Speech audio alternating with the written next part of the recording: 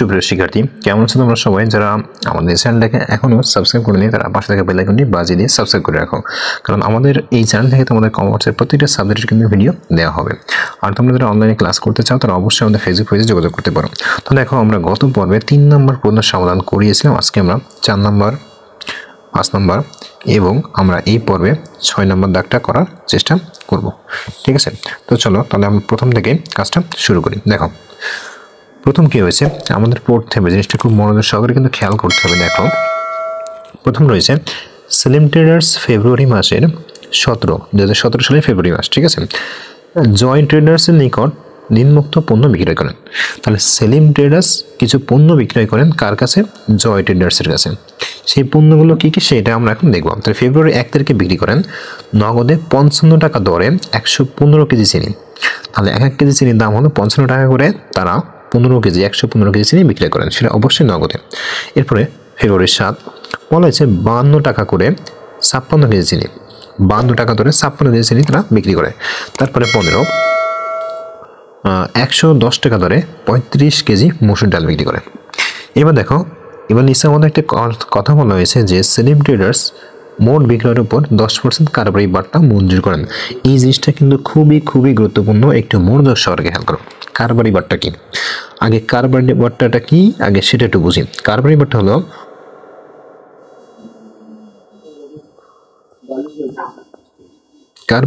খেয়াল করো,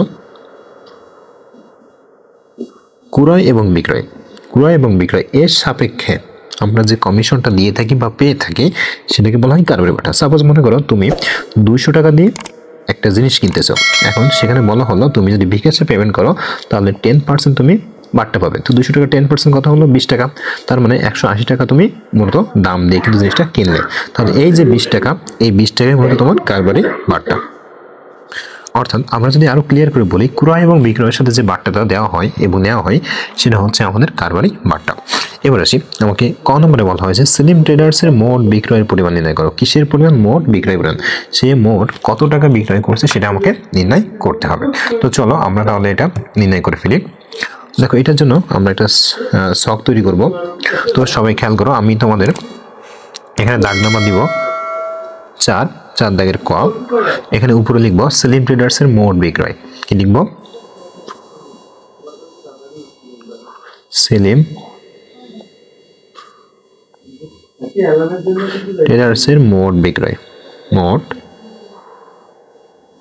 আমি কিন্তু মুখে বলে দিচ্ছি, ঠিক আছে? তোমরা কিন্তু অবশ্যই সেই অনুযায়ী খেয়াল করবে। আচ্ছা, এবার দেখো, ঠিক এইভাবে যেভাবে আমরা এখানে দেখাচ্ছি ঠিক সেম টু সেম এইভাবে একটা ছক তোমরা তৈরি করে নেবে। ঠিক আছে, তারপর তারিখ, বিবরণ, টাকা এগুলো তোমার সুন্দর করে দিয়ে নেবে। এবার আসি আমাদের প্রথম যে তারিখটা 2017 সালের ফেব্রুয়ারি 1। ঠিক আছে, এখন এখানে বলা হয়েছে নগদে চিনি বিক্রয় করে। কি বিক্রয় করে? নগদে চিনি। তোমরা বইটা সামনে নিয়ে অবশ্যই দেখবে, তাহলে তোমাদের জন্য সুবিধা হবে। দেখো, তাহলে নগদে চিনি বিক্রয়, তাহলে লিখবো নগদে চিনি বিক্রয়। ঠিক আছে, নগদে চিনি বিক্রয়। এখন নগদে চিনি বিক্রয় আমি কয় টাকা? দেখো, ওখানে যদি খেয়াল করো আমাদের 55 টাকা করে দর, আমরা বিক্রয় করছিলাম 115 কেজি।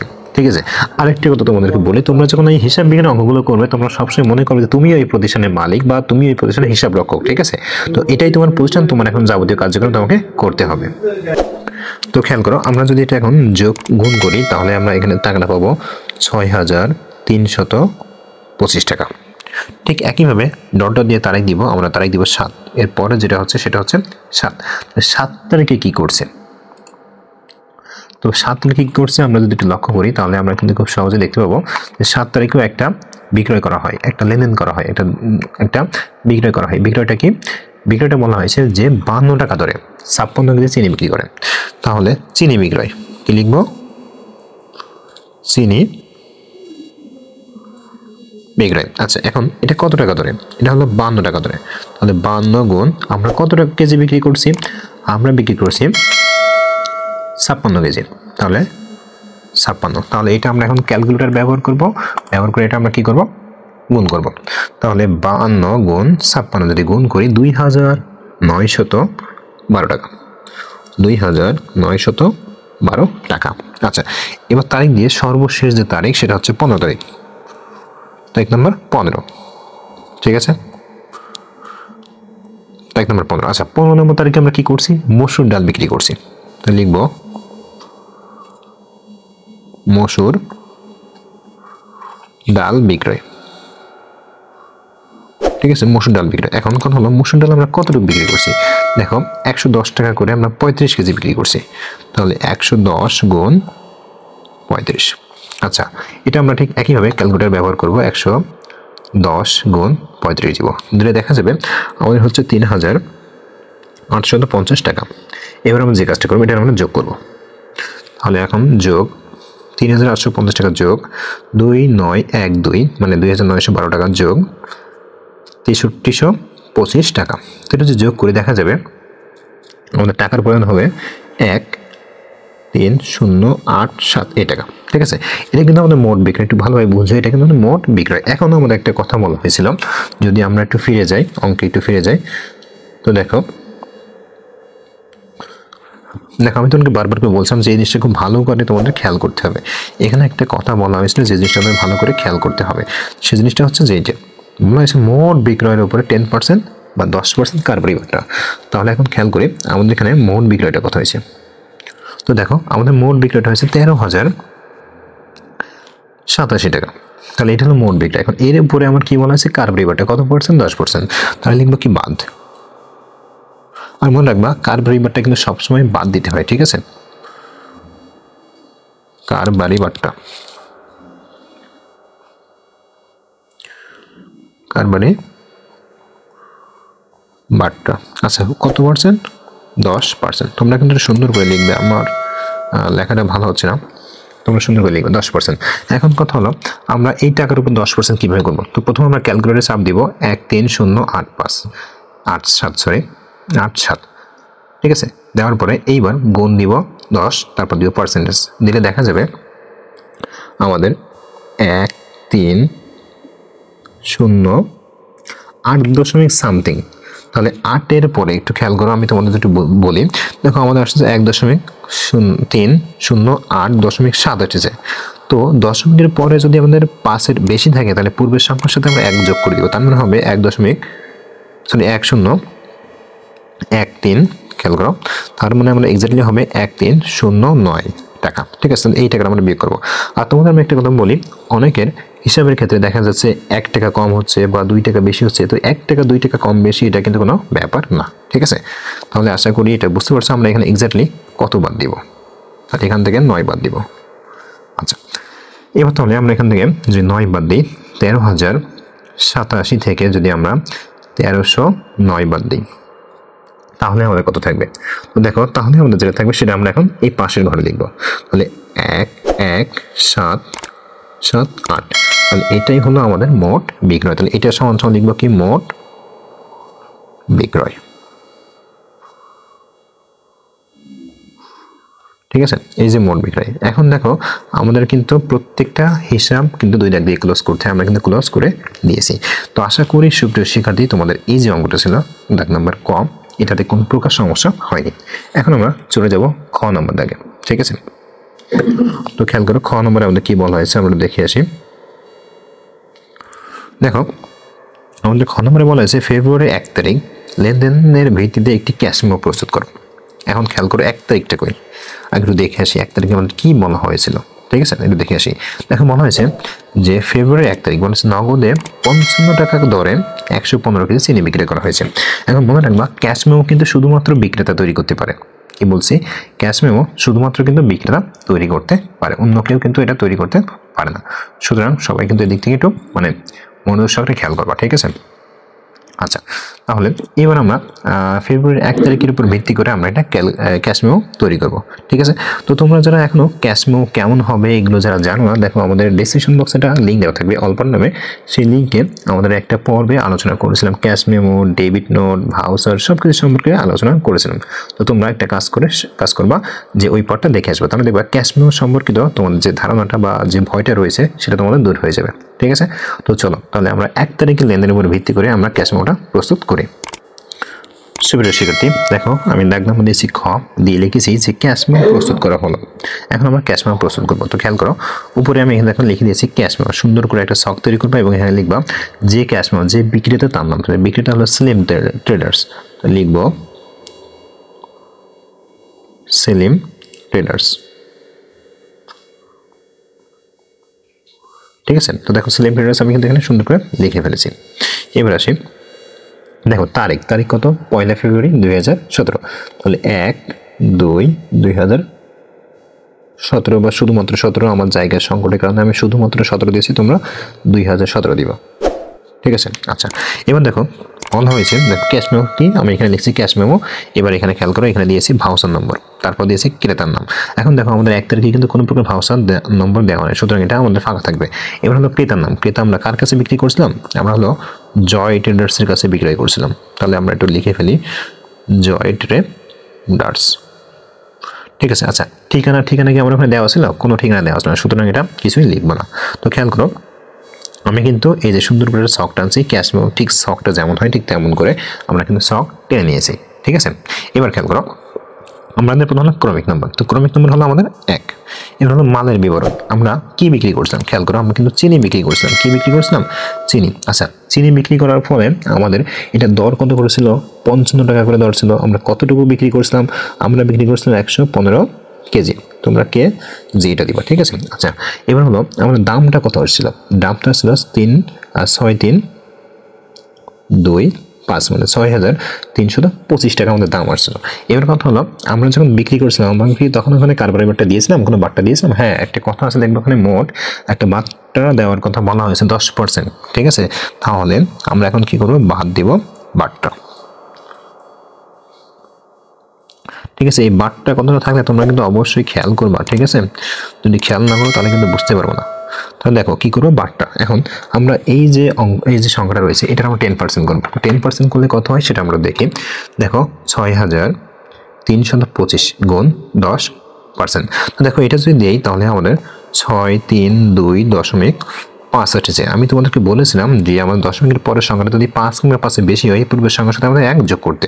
তার মানে আমরা এখান থেকে বাদ দিব 633 মানে 633 টাকা আমরা এখান থেকে এক্স্যাক্টলি বাদ দিব। ঠিক আছে। আচ্ছা, এবার দেখো তাহলে এটা যদি বাদ দিলে আমরা একটা ব্র্যাকেট দিয়ে প্রকাশ করতে পারি, আবার বিয়োগ দিয়েও প্রকাশ করতে পারি। আচ্ছা, তো দেখো আমরা কিন্তু উপরে একটা কাজ করছিলাম, সেখানে কিন্তু বিয়োগ বা ব্র্যাকেট কোনো কিছু দিছিলাম না, এই যে মনে আছে। তো তোমরা এখানে বিয়োগটা দিয়ে নিবা। ঠিক আছে, প্রত্যেকটা বাদ দেওয়ার ক্ষেত্রে তোমরা বিয়োগটা একটু দিয়ে নিবা, তাহলে তোমাদের জন্য সুবিধা হবে। ঠিক আছে, ক্যালকুলেশন করতেও সুবিধা হবে। আচ্ছা, এবার আমরা এখান থেকে বিয়োগ করব। তাহলে 6,325 থেকে আমরা বিয়োগ করব 6,633। যদি আমরা বিয়োগ করি আমাদের টাকাটা থাকতেছে 5,692 টাকা। তাহলে এটা আমাদের কিন্তু কাজ শেষ। এখন আমরা কি করব, 2 লাখ দিয়ে হিসাবটা ক্লোজ করে দিব। এইবার কথা হলো আমরা নিচে কি করব, দেখো নিচে আমরা কি কাজ করব, নিচে আমাদের টাকা দিয়ে লেখা আছে কথায়, কি লেখা আছে কথায়। তাহলে আমাদের এই যে টাকাটা যে 5,692 এটা জাস্ট আমরা কথায় লিখে দিব। তাহলে আমরা লিখি 5,692 দেখো আমরা কিন্তু সুন্দর করে কথায় লিখে ফেললাম। ঠিক আছে, 5,692। এবার দেখো এখানে আমাদের একটা বিক্রয় শর্ত থাকতেও পারে এবং আমাদের এইভাবে একটা যে ভুল ত্রুটি সংশোধনযোগ্য এটা আমাদের থাকতে পারে। তবে আমাদের আরও একটা জিনিস থাকবে, সেটা হচ্ছে ক্রেতার স্বাক্ষর। এটা কিন্তু আমাদের দিতে হবে, ক্রেতার স্বাক্ষর। ঠিক আছে, ক্রেতার স্বাক্ষর দিয়ে ক্রেতা এখানে স্বাক্ষর করবে, আর এই পাশে হলো বিক্রেতার স্বাক্ষর, বিক্রেতা এখানে স্বাক্ষর করবে। তো আশা করি এটা খুব ইজিলি তোমরা বুঝতে পেরেছ, কোনো রকম সমস্যা ছাড়াই। তাহলে আমরা এটা মুছে দিই, কারণ আমাদের এখানকার কাজ শেষ। ঠিক আছে। আচ্ছা, এবার আমরা চলে যাই এরপরে। দেখো এরপরে আমাদের কি বলা হয়েছে, আমাদের গ নম্বরে বলা হয়েছে যে ফেব্রুয়ারি 15 তারিখের ভিত্তিতে একটা চালান প্রস্তুত করো। ফেব্রুয়ারি 15 তারিখে কী হয়েছে আমরা দেখি। বলা হয়েছে 110 টাকা করে আমাদের 35 কেজি মসুর ডাল বিক্রি করছি। তাহলে এটার উপর আমাকে একটা চালান প্রস্তুত করতে হবে। তো চলো এটাও আমরা দেখে আসি। তো সুপ্রিয় শিক্ষার্থী খেয়াল করো, আমরা লিখছি চালান প্রস্তুত করা হলো। এবার দেখো চালান আর ক্যাশ মেমো একবারে বলতে পারি একই রকম। ঠিক আছে, একেবারে একই রকম আমরা বলতে পারি যে চালান এবং ক্যাশ মেমো আমাদের দুইটা একই রকম। দেখো বিক্রি করতেছে কে, সেলিম ট্রেডার্স। তাহলে আমরা উপরে লিখব সেলিম ট্রেডার্স। ঠিক আছে, উপরে কিন্তু লিখে ফেললাম। আচ্ছা, এবার আমাদের কাজটা হলো, খেয়াল করো, এবার এখানে চালান নম্বরকে আমাকে দেওয়া রয়েছে না, কিন্তু দেখো ক্রেতার নাম দেওয়া রয়েছে। ক্রেতার নাম হলো জয়া ট্রেডার্স, জয়া ট্রেডার্স। এবার দেখো ঠিকানা কি দেওয়া রয়েছে? নাই, সুতরাং ওটা ফাঁকা থাকবে। এবার আসে এখানে তারিখে কত দেওয়া রয়েছে? তারিখ হচ্ছে আমাদের বলা হয়েছে 15 তারিখেরটা। কোনটা নিয়ে? 15 তারিখ, 15/2/2017। তো দেখো আমরা কিন্তু 15 তারিখটা বসিয়ে দিয়েছি। ঠিক আছে, এবার আমরা যে কাজটা করবো, ক্রমিক নাম্বার, খেয়াল করো, আমরা এরকম সুন্দর ছক টানার পরে আমরা এগুলো লিখে নিব এবং তারপরে যে কাজটা করবো, প্রথমে ক্রমিক নাম্বারে আমরা 1 দিব। দিয়ে দেখো আমরা 15 তারিখে কিন্তু মসুর ডাল বিক্রি করেছিলাম। কি বিক্রি করেছিলাম?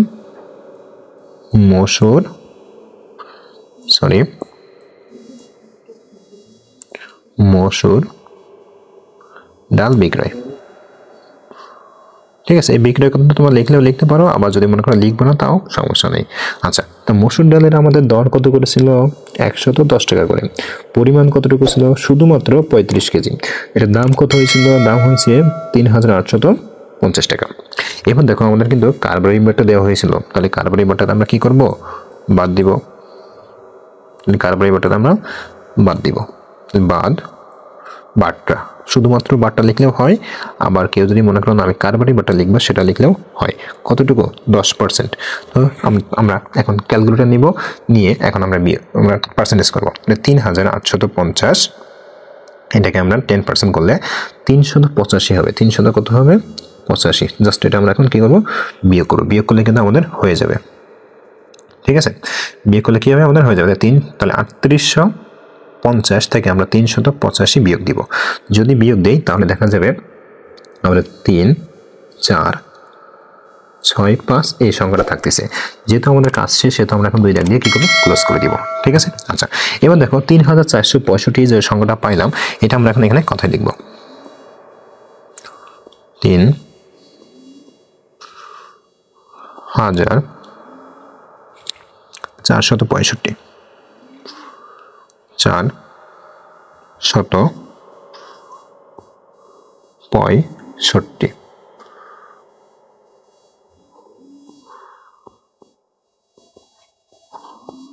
465। ঠিক আছে, তাহলে 65। দেখো 3465 আমরা কিন্তু লিখে ফেলছি কথায়। এবার দেখো এখানে আমাদের বিক্রেতার স্বাক্ষর করবে, যে স্বাক্ষর সে। তারপর দেখো এখানে কিন্তু কোনো প্রকার ক্রেতার স্বাক্ষর হবে না, ঠিক আছে। তাহলে দেখো এখানে যাচ্ছে তাই। তাহলে আশা করি এটাও খুব সহজে এবং ইজিলি তোমরা বুঝতে পেরেছ। এবার চলে যাবো এরপরে। দেখো এরপরে কোনটা রয়েছে? দেখো আমাদের ওটা শেষ, এখন আমরা 5 নম্বরে চলে আসি। আমি তোমাদেরকে 5 নম্বরে চলে আসি। দেখো বলা হয়েছে জেমস ট্রেডার্স 2017 সালের জানুয়ারির 1 তারিখে নগদে এত টাকা ও এত টাকা আসবাবপত্র নিয়ে ব্যবসা শুরু করেন। সারা মাসে তার প্রতিষ্ঠানের আরও কিছু লেনদেন সংগ্রহ হয়, সেগুলো আমার এখানে জাস্ট দেওয়া রয়েছে। এবার আমাকে বলা হয়েছে জেমস ট্রেডার্সের প্রারম্ভিক মূলধনের পরিমাণ নির্ণয় করো। এখন প্রারম্ভিক মূলধন, এখন প্রারম্ভিক মানে শুরুতে যে মূলধনটা তাকে নিয়ে আসে ব্যবসায়, যেটুকু প্রয়োগ করা হয়, যেটা নিয়ে আসে, সেটা হলো শুরুতের মূলধন। তো চলো আমরা এটা নিয়োগ করে নির্ণয় করে ফেলি। শুরুতে কি নিয়ে আসছিল? শুরুতে আমরা একটু খেয়াল করি, নগদ টাকা আসবাবপত্র নিয়ে আসছিল। তো জাস্ট এই দুটো যদি আমরা যোগ করি তাহলে আমাদের প্রারম্ভিক মূলধনটা পেয়ে যাব। সুপ্রিয় শিক্ষার্থী, খেয়াল করো, আমরা এখানে লিখে নিয়েছি প্রারম্ভিক মূলধন নির্ণয়। এখন আমরা তারিখ দিব। তো তারিখটা কত? তারিখটা হচ্ছে আমরা প্রথমে নিয়ে আসছি, তার মানে কি 2017 সালের জানুয়ারির 1। 2017 সালের জানুয়ারির 1। এখন এই জানুয়ারি 1, এখন এটার উপরে আমরা আসলে আমাদের মূলধনটা নির্ণয় করব। দেখো আমরা প্রথমে যে কাজটা করছিলাম, প্রথমে আমাদের নগদ টাকা আনছিল। কত টাকা আনছিল? 1,20,000 টাকা। তাহলে আমরা প্রথম কোটে 1,20,000 টাকা বসলাম। তারপর দেখো এখানে আসবাবপত্র আসছিল, আসবাবপত্র। ঠিক আছে, আসবাবপত্র নিয়ে আসলাম আমরা 70,000 টাকা। তাহলে এখন এই দুটো যদি যোগ করি তাহলে 1,90,000 টাকা। তাহলে এটাই হলো আমাদের মূলত প্রারম্ভিক মূলধন। এখানে লিখব প্রারম্ভিক মূলধন। পরফলা আকার র ময় ভয় রসিক। ঠিক আছে, আমাদের এখানে প্রারম্ভিক মূলধন হয়ে গেল। আমরা যে ছকটা হবে সিম্পল, যে ছকগুলো সিম্পল যে হিসাবগুলো করা হবে সেগুলো জাস্ট আমরা এই সেম ভাবে ছকগুলো দিয়ে দিব। ঠিক আছে, আচ্ছা এরপর দেখো আমাদের কি বলা হয়েছে, খেয়াল করি। দেখো খ নম্বরে বলা হয়েছে 1, 2, 3, 6 এবং 9 তারিখের লেনদেনগুলোর মাধ্যমে প্রমাণ করো A = L + OA। এটা প্রমাণ করো বলতে পারো, আবার প্রভাব দেখাও বলতে পারো, যেভাবে খুশি এটা বলতে পারো। এটা দুইভাবে কিন্তু বলা যায়, ঠিক আছে। তো তোমাদের প্রভাব করার কথা বললেও প্রভাব দেখাও বা প্রভাব উল্লেখ করো, এটা বললেও তুমি এটা কাজ করতে পারো, আবার এটা বললেও তুমি ওই কাজটা করতে পারো, কোনো ব্যাপার না। তার মানে আমাদের এখানে 5টা মাত্র দাগ দেওয়া হয়েছে। একটা হলো 1, 2, 3, 4 এবং 9, 6 এবং 18 এটা কিন্তু বাদ দেওয়া হয়েছে। তাহলে এই তারিখগুলো আমরা এখানে কি করব, যে প্রভাবটা দেখাবো, ঠিক আছে। তো চলো আমরা একটা একটা করে আমরা একটু দেখে নিই।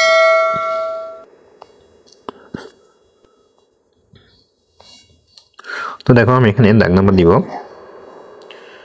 খ, 5 দাগের খ। তো দেখো আমি লিখেছি হিসাব সমীকরণের উপর প্রভাব অথবা A = L + OE, ঠিক আছে। এবার দেখো আমি যেটা তোমাদেরকে বলি, খেয়াল করো। তোমরা সুন্দর করে এরকম করে একটা ছক তৈরি করে ফেলবে এবং দেখো এই হিসাব সমীকরণের প্রভাব তার উপরে লিখবে যে তোমাদের প্রতিষ্ঠানের নাম। তাহলে প্রতিষ্ঠানের নাম কি, জেমস ট্রেডার্স,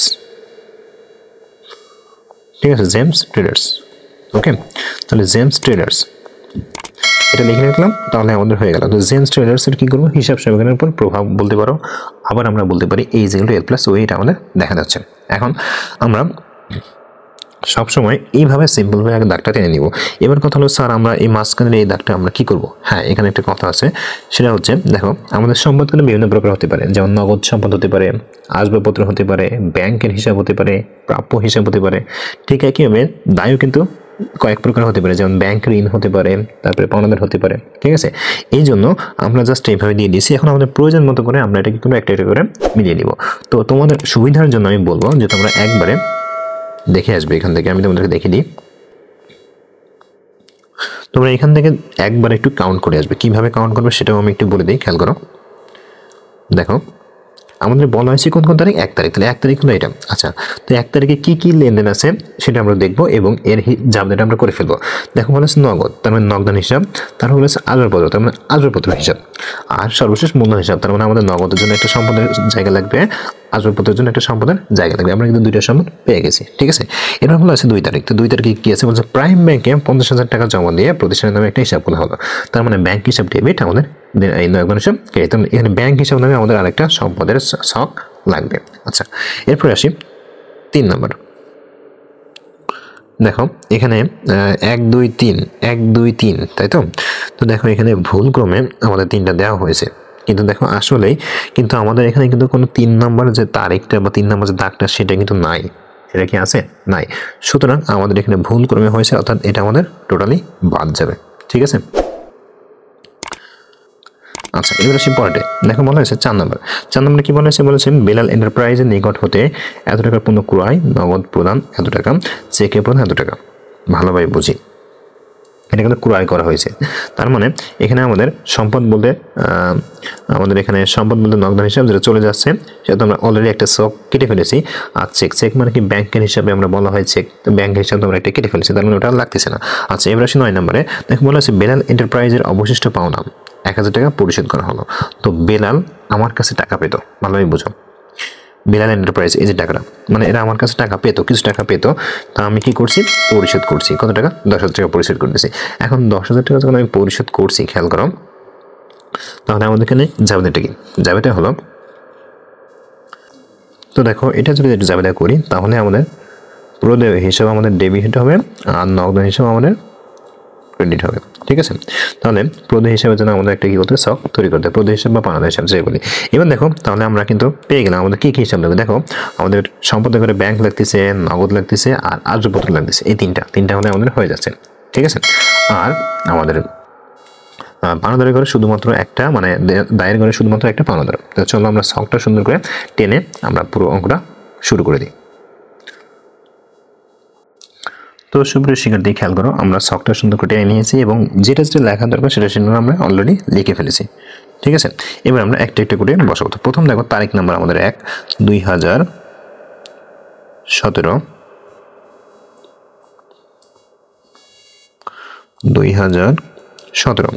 2017 সালের আমাদের এটা হচ্ছে জানুয়ারি মাস, জানুয়ারি 1। আচ্ছা, এবার আমরা কি কাজটা করছি, আমরা একটু সবাই বইটা একটু সামনে নেই এবং নিয়ে আমরা একটা একটা করে একটু খেয়াল করি। প্রথমত 1 তারিখ বলা হয়েছে যে জানুয়ারি মাসের 1 তারিখে সে 1,20,000 টাকা নগদ নিয়ে আসছে। সে নগদ নিয়ে আসছে কি 1,20,000 টাকা, তাহলে নগদের ঘরে 1,20,000 টাকা আমরা বৃদ্ধি করে দিব। ঠিক আছে। আচ্ছা, তখন বলছে আসবাবপত্র নিয়ে আসছে 70,000 টাকা, ঠিক একইভাবে 70,000 টাকা আমরা আসবাবপত্র ঘরে বৃদ্ধি করে দিব। ঠিক আছে। আচ্ছা, এবার দেখো বলা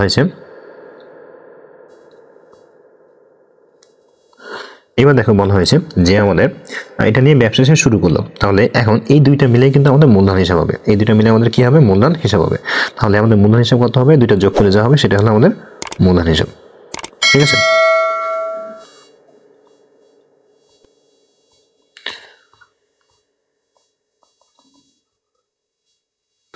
তাহলে খেয়াল করো এই দুটো যদি আমরা যোগ করি, যোগ করলে আমাদের হবে হচ্ছে 1,90,000।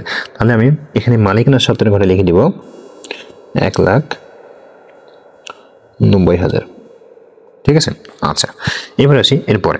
দেখো আমাদের পরে যে লেনদেনটা ছিল সেটা বলা হয়েছিল যে দাগ নাম্বার 4। দাগ নাম্বার কত, দাগ নাম্বার 4। তোমরা বইটা কিন্তু সামনে দিয়ে রাখবে। ঠিক আছে। সরি, দাগ নাম্বার 2। দাগ নাম্বার 2। এখন 2 দাগে আমাদের কি বলা হয়েছে আমরা একটু খেয়াল করি। দেখো 2 নম্বর দাগে বলা হয়েছে যে প্রাইম ব্যাংকে হিসাব খোলা হয়েছে 50,000 টাকা দিয়ে। তাহলে প্রাইম ব্যাংকে হিসাব খোলা হয়েছে কত টাকা, 50,000 টাকা। তার মানে এখানে আমাদের জাবদের হলো ব্যাংক হিসাব ডেবিট, নগদ হিসাব ক্রেডিট। তার মানে আমরা ব্যাংকের ঘরে বাড়িয়ে দেবো আর নগদানের ঘরে কমিয়ে দিব।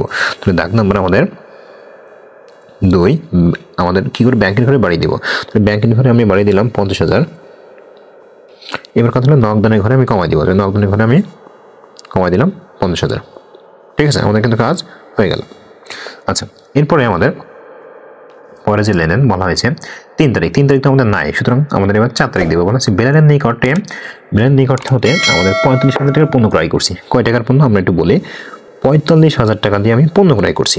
আচ্ছা, এর ভিতরে বলা হয়েছে যে আমি নগদ টাকা তাকে প্রদান করছি 20,000 টাকা, আর বলা হয়েছে আমি চেক দিয়েছি তাকে 15,000 টাকা।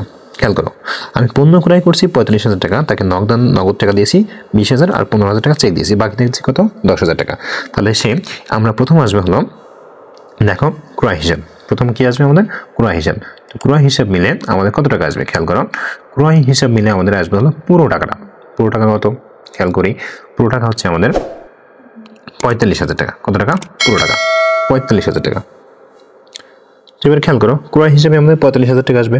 এখন কত হলো, ক্রয়টা কিসের মধ্যে, ক্রয়টা আমাদের মালিকানা সত্ত্বের মধ্যে। এখন খেয়াল করো আমি তোমাদেরকে একটা ছোট্ট টেক্সট শিখিয়ে দিয়েছি, যার কারণে আমি তোমাদের এই জিনিসটা এখানে দেখানো হয়েছে। দেখো একটু খেয়াল করো, এখানে আমি লিখছি মূলধনের থেকে আমি উত্তোলন বাদ দিব, তার সাথে আয় যোগ করবো, ব্যয় বাদ দিব। এখন মনে রাখবা আমাদের যদি ব্যয় বেশি হয়, মানে খরচ হতেই থাকে, তাহলে সেটা আমি বিয়োগ আকারে লিখবো। কি আকারে লিখবো, বিয়োগ আকারে। আর ঠিক একইভাবে উত্তোলন যদি হতেই থাকে সেটাও আমি কি করবো, বিয়োগ আকারে লিখবো। আর বাকি যে দুইটা সেটা যদি ডেবিট হয়, অর্থাৎ কি ডেবিট হয়, তাহলে আমি এটা কি করবো, প্লাস আকারে লিখবো, যোগ আকারে লিখবো। ঠিক আছে। তাহলে দেখো আমাদের ব্যয় যদি আর উত্তোলন যদি আমাদের ডেবিট হয় তাহলে আমরা বিয়োগ আকারে লিখবো, আর মূলধন আর আয় যদি আমাদের ডেবিট হয় তাহলে আমরা প্লাস আকারে লিখবো। তাহলে এখন দেখো ব্যয় আমরা কত করছি, 45,000 টাকা ক্রয় করছি, যেহেতু সাথে ক্রয়গুলো তো ব্যয় হয়, তাহলে সেটা আমি এখন 45,000 টাকা কি করবো, এখন লিখবো। ঠিক আছে। তো চলো আমরা এটার দাগ নম্বর দিয়ে শুরু করি। দেখো দাগ নম্বর দিচ্ছি, দাগ নম্বর হচ্ছে আমাদের 4। ঠিক আছে, দাগ নম্বর হচ্ছে আমাদের 4। আচ্ছা, 4 দাগে আমাদের কি বলছিলাম যে আমাদের প্রথম ক্রয় করছি কয় টাকা, টোটাল ক্রয় করছি হলো 45,000 টাকা। 45,000 টাকা কিসের মধ্যে, মালিকানা সত্ত্বের মধ্যে। তাহলে আমি এখানে সুন্দর করে 45,000 টাকা বসিয়ে দিলাম এবং এটা কি করবো, বিয়োগ আকারে দিয়েছি। কেন বিয়োগ আকারে দিয়েছি আমি কিন্তু একটু তোমাদের ব্যাখ্যা আকারে বলে দিলাম। ঠিক আছে। আচ্ছা, এবার দেখো আমি নগদ প্রদান করছি কয় টাকা, 20,000 টাকা।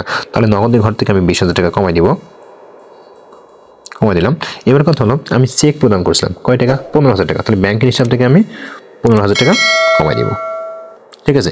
এবার খেয়াল করো একটু তারতম্য করি। দেখো এখানে 45,000 টাকা আর এখানে দুইটা মিলে হয়েছে কত আমাদের, 35,000 টাকা। তার মানে 35,000 টাকা তার পরিশোধ হয়েছে, কিন্তু পরিশোধ হয়নি কয় টাকা, 10,000 টাকা। 10,000 টাকা যেহেতু পরিশোধ হয়নি, তার মানে কি আমার দায়ের পরিমাণ বৃদ্ধি পেয়ে গেছে।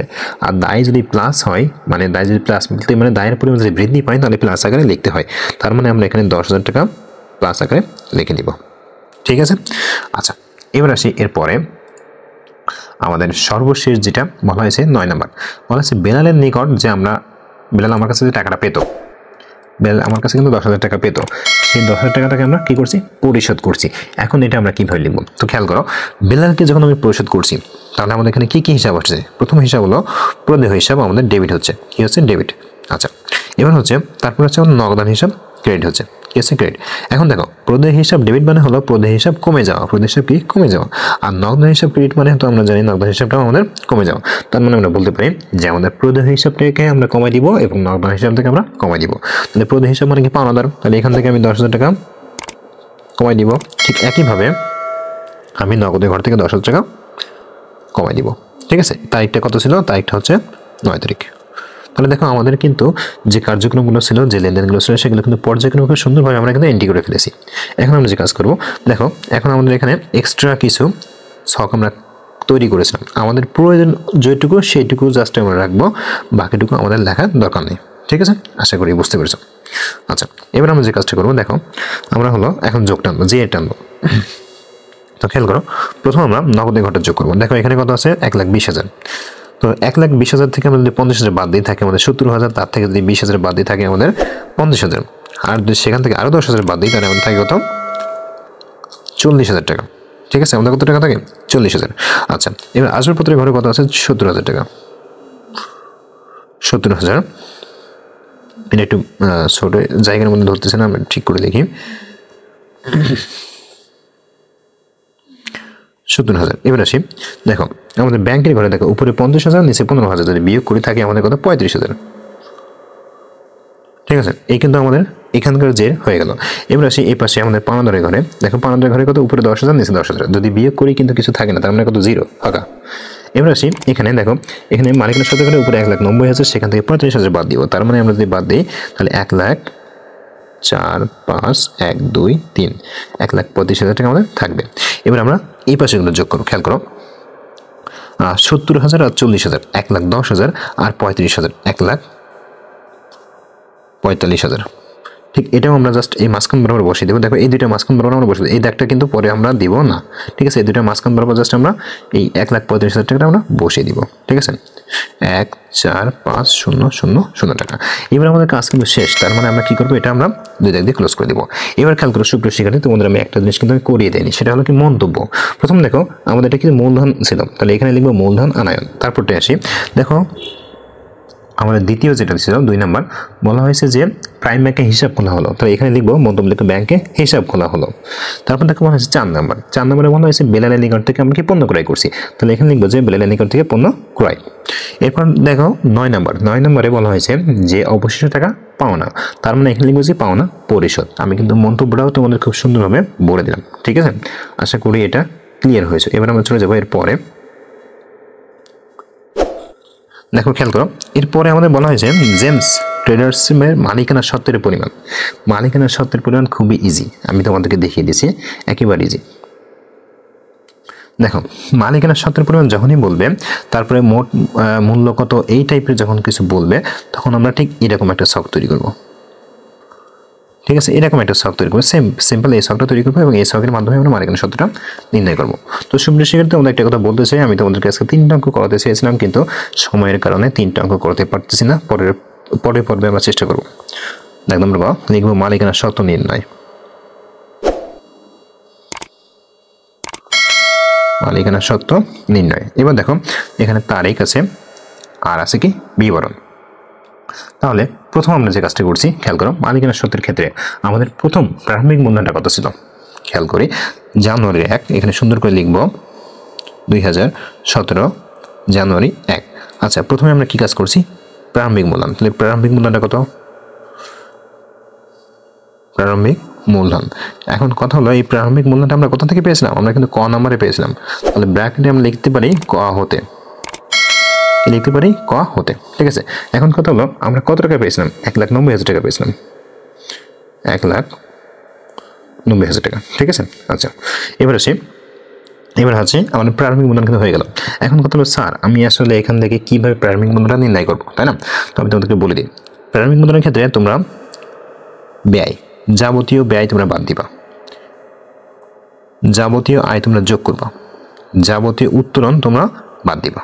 ঠিক আছে, এই জাস্ট এইটুকু যদি করতে পারো তাহলে তোমাদের প্রারম্ভিক মূল্যায়নটা বা মূলধন যে মালিকানা সত্ত্বটা সেটা তোমরা নির্ণয় করতে পারবো। ঠিক আছে, তো চলো আমরা সেটাই কাজ করি। তো তোমরা যদি খেয়াল করো, দেখো একের পরে 4, একের পরে কত 4, একের পরে তারিখ হলো আমাদের 4। এই তারিখটা আমরা কিন্তু পণ্য ক্রয় করছিলাম। কি ক্রয় করছিলাম? পণ্য ক্রয় করছিলাম। তাহলে ক্রয় মানে কি? খরচ। আর খরচ মানে কি আমাকে কি করতে হবে? বাদ দিতে হবে। তাহলে পণ্য ক্রয় করছিলাম কত টাকা মনে আছে? দেখো দেনা করে কিন্তু 45,000 টাকা লিখছিলাম। তোমরা একটু বইটা বের করে দেখে নাও, 45,000 টাকা। তাহলে এই যে আমি 45,000 টাকা এখানে লিখে দিলাম, কি আকারে? বিয়োগ আকারে। আচ্ছা, এবার কথা হলো, এরপরে দেখো আমাদের 6 নম্বর তারিখে, 6 নম্বর যে তারিখ, সেখানে আমরা কিছু বিক্রয় করছিলাম। আর বিক্রয় করলে কি হয়? আয় হয়। আমরা জানি যোগ বিক্রয়, শুধুমাত্র বিক্রয় লিখি বা পণ্য বিক্রয় লিখি, বিক্রয়। আচ্ছা, বিক্রয় করলে কি হয়? আয় হয়। তাহলে আয় আমাদের কি করতে হয়? যোগ করতে হয়। এখন কথা হলো আমাদের কত টাকা আয় হয়েছে। তোমরা যদি একটু খেয়াল করো দেখবা সেখানে আমরা বিক্রয় করে টাকা পাইছি 80,000 টাকা। যদি সমস্যা হয় আমি তোমাদেরকে দেখিয়ে দিচ্ছি। দেখো দেখো এই যে এটা হলো 80,000 টাকা, আর আমরা খরচ করেছিলাম 4 তারিখে 45,000 টাকা। ঠিক আছে, আচ্ছা জাস্ট তোমরা একটু মিলিয়ে নাও, আমি বলে দিচ্ছি। তাহলে দেখো আমি লিখে ফেলছি 80,000 টাকা। এবার কথা হলো এরপরে আমরা কি কাজ করছি। এবার যদি তুমি খেয়াল করো 18 তারিখের কথা, কোনটা? 18 তারিখ। তো 18 তারিখটা আমরা একটু দেখে আসি। তোমরা দেখে নাও 18 তারিখ। তো দেখো 18 তারিখে দেখো বলা হয়েছে মালিক নিজেও প্রয়োজনে, নিজের ব্যক্তিগত প্রয়োজনে সে ব্যাংক থেকে উত্তোলন করেছিল কিছু টাকা। সেই টাকাটা জাস্ট আমরা এখন এখানে লিখবো। ঠিক আছে, তাহলে লিখবো কি? উত্তোলন। কি লিখবো? উত্তোলন। তাহলে লিখবো যে বাদ উত্তোলন। দাগ নাম্বার কত? 18। বাদ আমাদের উত্তোলন কত টাকা? 8,000 টাকা। তাহলে এই যে 8,000 টাকা আমি লিখে দিই, ব্র্যাকেট আকারে বসিয়ে দিলাম। ঠিক আছে, এবার দেখো আমাদের আর কিছু আছে কিনা আমরা খেয়াল করি। 18 তারিখের পরে আমাদের কি আর কিছু আছে? একটু দেখে আসি আমাদের 18 তারিখের পরে আর কিছু আছে কিনা। তো খেয়াল করো আমাদের 18 তারিখের পরে কিন্তু আর কিছুই নাই। আর কিছু আছে? আর কিন্তু কিছু নেই। ঠিক আছে,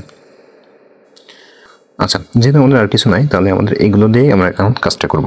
তো দেখো এখন জাস্ট আমরা এখন যেটা আনবো, খেয়াল করো আমরা প্রথম যোগগুলো আগে করব। তাহলে খেয়াল করো উপরে আছে 1,90,000 আর নিচে আছে 80,000। তোমরা ক্যালকুলেটর নিয়ে যোগ করো 1,90,000 যোগ 80,000। ঠিক আছে, দেওয়ার পরে সেখান থেকে বাদ দিব 45,000, 45,000 এবং 8,000 বাদ দিব। তো 8,000 যদি বাদ দেই তাহলে আমাদের থাকতেছে কত? 2,17,000 টাকা। ঠিক আছে, 2,17,000। আমি আবারও বলি, আমরা যদি 18,000 টাকা বাদ দেই, আচ্ছা 8,000 টাকা বাদ দেই তাহলে আমাদের থাকছে 2,17,000 টাকা। আমাদের এখানে ধরতেছে না, আমি একটু পরিষ্কার করে লিখি, 2,17,000 টাকা। ঠিক আছে, এখন দেখো তো আমাদের কাজ শেষ, সেহেতু আমরা এখন 2 দাগ দিয়ে ক্লোজ করে দিব। আর এখানে লিখবো মালিকানা সত্ত্ব, মালিকানা সত্ত্ব। ঠিক আছে, আমাদের কিন্তু কাজ হয়ে গেছে। তো সুপ্রিয় শিক্ষার্থী, এটাই ছিল আজকের ক্লাস। তো আশা করি তোমাদের কোনো প্রকার কোনো রকম সমস্যা হয়নি। আমি চেষ্টা করছি আমার সর্বোচ্চ দিয়ে তোমাদের বুঝিয়ে দেওয়ার। আশা করি তোমরা খুব সুন্দরভাবে এটা আয়ত্ত করতে পেরেছো, এমনকি বুঝতে পেরেছো। আজকের ক্লাসটা এই পর্যন্ত। আগামী ক্লাস শুরু করবো আমাদের 6 দাগ থেকে। সবাই ভালো থাকো, সুস্থ থাকো।